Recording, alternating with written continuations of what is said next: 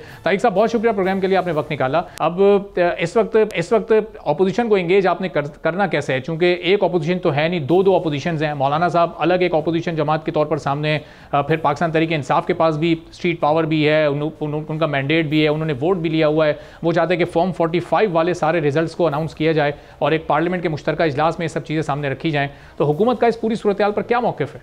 देखिए, अपोजिशन तो चाहे वो सिंगल पार्टी हो चाहे दीगर पार्टियों में मुश्तमिल हो, उसका अपना एक रोल होता है और बेहतर यही होता है कि अपोजिशन जो है वो अपना जो उसका एक आईनी रोल है या पार्लियामान के अंदर जो रवायात हैं उसी के मुताबिक वो अपना वो रोल अदा करे। और हम अपोजिशन से ये तवक्को रखते हैं कि वो जिस मकसद के लिए वोट लेके आए हैं उसके मुताबिक कोई काम करें।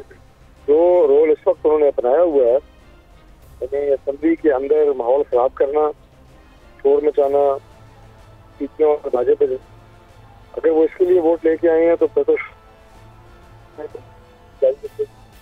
और अगर वो समझते हैं कि लोगों ने उन्हें सिस्टम को बेहतर बनाने के लिए और पाकिस्तान को आगे लेके जाने के लिए वोट दिए हैं तो उसके लिए उन्हें एक मस्बत अपोजिशन का किरदार अदा करना पड़ेगा।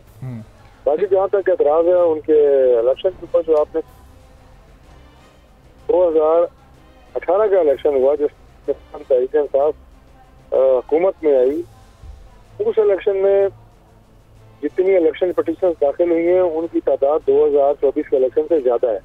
इसका मतलब ये है कि उस पर एतराजात 2024 के इलेक्शन से ज्यादा हुए और इलेक्शन ट्रिब्यूनल ने फैसले किए।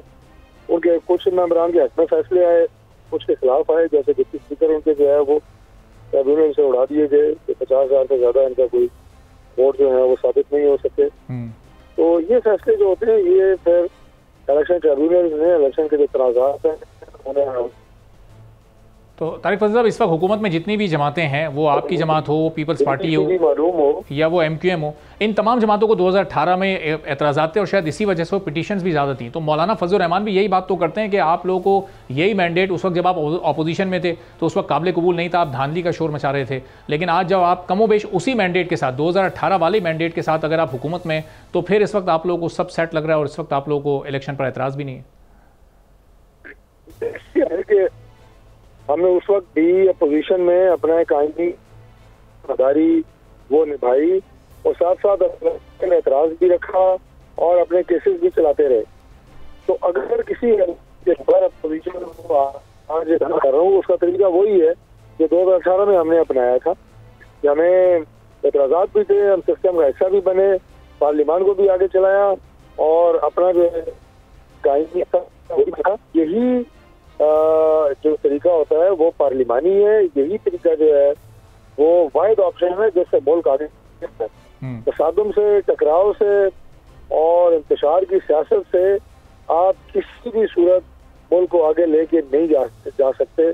ये पक्की बात है और मैं उम्मीद कर रहा हूँ कि अपोजिशन जो है वो अपना रहेगी जिससे इस मुल्क को फायदा हो, इस निज़ाम को फायदा हो। सही। तो तारिक साहब, वो कोई समझते हैं कि हम ब्लैकमेल करके किसी को